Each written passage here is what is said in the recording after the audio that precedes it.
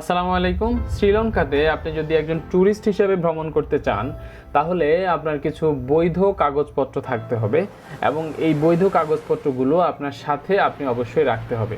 তো এই বৈধ কাগজপত্রগুলো কি কি সেটা আমি 10টি পয়েন্ট আকারে আপনাদের সামনে তুলে ধরবো। তা আশা করি এই ভিডিওটা আপনারা প্রথম থেকে শেষ পর্যন্ত দেখবেন, এটা আপনাদের অনেক উপকারে দিবে। সবার আগে যে জিনিসটা লাগবে সেটা হলো একটি ভ্যালিড পাসপোর্ট। অবশ্যই আপনার একটা ভ্যালিড পাসপোর্ট থাকতে হবে এবং শুধু থাকলে হবে না, সেটার কমপক্ষে 6 মাস মেয়াদ থাকতে হবে এবং দুটো খালি পেজ থাকতে হবে যাতে করে সেখানে ভিসাটা লাগাতে পারে। নাম্বার 2 যেটা হলো ইটিএ অ্যাপ্লিকেশন ফর্ম বা অনলাইন আবেদন ফর্ম, যেটা আপনি ফিল আপ করেছেন সেটাকে প্রিন্ট করে দেন সেটা অবশ্যই আপনার সাথে রাখতে হবে। এবং একটা জিনিস খেয়াল রাখতে হবে যেন সকল তথ্য সঠিক এবং সত্য হয়।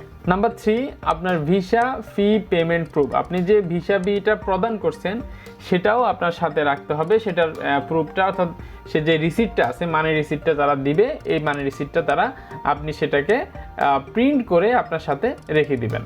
আচ্ছা, নাম্বার 4 এয়ার টিকিট। এটা হলো রিটার্ন এয়ার টিকিট, অর্থাৎ আপনি শ্রীলঙ্কার এম্বাসিতে বা শ্রীলঙ্কার ইমিগ্রেশনে আপনি যখন যাবেন তখন আপনাকে রিটার্ন এয়ার টিকিটটা দেখাতে হবে। তবে এক্ষেত্রে আপনি চাইলে ডামি এয়ার টিকিটও বানিয়ে নিতে পারেন। নাম্বার 5 হোটেল বুকিং বা অ্যাকোমোডেশন প্রুফ, আপনি কোথায় থাকবেন সেটা যদি আপনার কোনো আত্মীয় স্বজন হয় অথবা বন্ধু বান্ধবের কাছে হয়, আপনি যদি সেখানে থাকেন তাহলে তার প্রুফ আপনাকে দেখাতে হবে।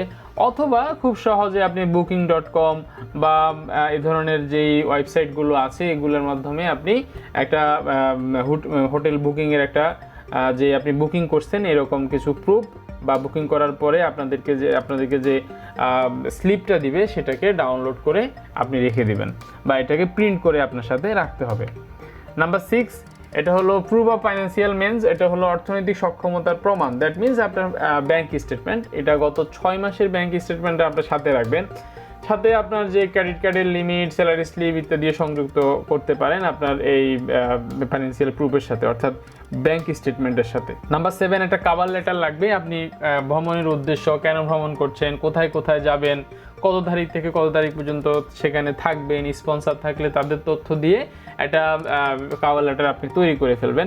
তো আমার চ্যানেলে অলরেডি একটা কভার লেটার কীভাবে তৈরি করতে হয় সেটা দেয়া আছে, সেক্ষেত্রে সেটা মানে দেখে আপনি চাইলে নিজেই সেটা বানাতে পারেন। আচ্ছা, তারপরে হলো ট্রাভেল ইন্স্যুরেন্স। ভ্রমণ বিমাটা সবসময় বাধ্যতামূলক না, তবে কিছু কিছু ক্ষেত্রে সেটা বাধ্যতামূলক হয়ে যায়। তবে এটা বাধ্যতামূলক না হলেও সেটা উপকারী, কারণ অনেক ক্ষেত্রে এই জিনিসগুলোও কিন্তু আপনার ইমিগ্রেশনে চায়। তারপরে হলো ইটিএ অ্যাপ্রুভাল লেটার। আপনার যে ইটিএটা আপনি আবেদন করেছেন অনলাইনে সেটা তো অবশ্যই তারা আপনাকে অ্যাপ্রুভ করছে। আচ্ছা, সেই অ্যাপ্রুভাল কপিটাও কিন্তু আপনার সাথে প্রিন্ট করে রাখতে হবে।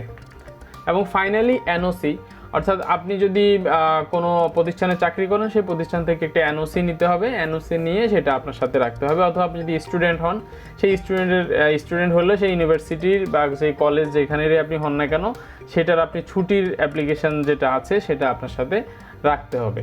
তো এই 10টি ডকুমেন্ট অবশ্যই আপনি শ্রীলঙ্কা ভ্রমণের ক্ষেত্রে আপনার সাথে রাখতে হবে। আশা করি আপনার ভ্রমণ নিরাপদ এবং সুন্দর হবে। এই ধরনের ভিডিও পেতে আমার চ্যানেলটি সাবস্ক্রাইব করবেন। আর আপনাদের সাথে নতুন নতুন আরও ভিডিও নিয়ে সামনে হাজির হবে ইনশাল্লাহ। ততক্ষণ ভালো থাকবেন।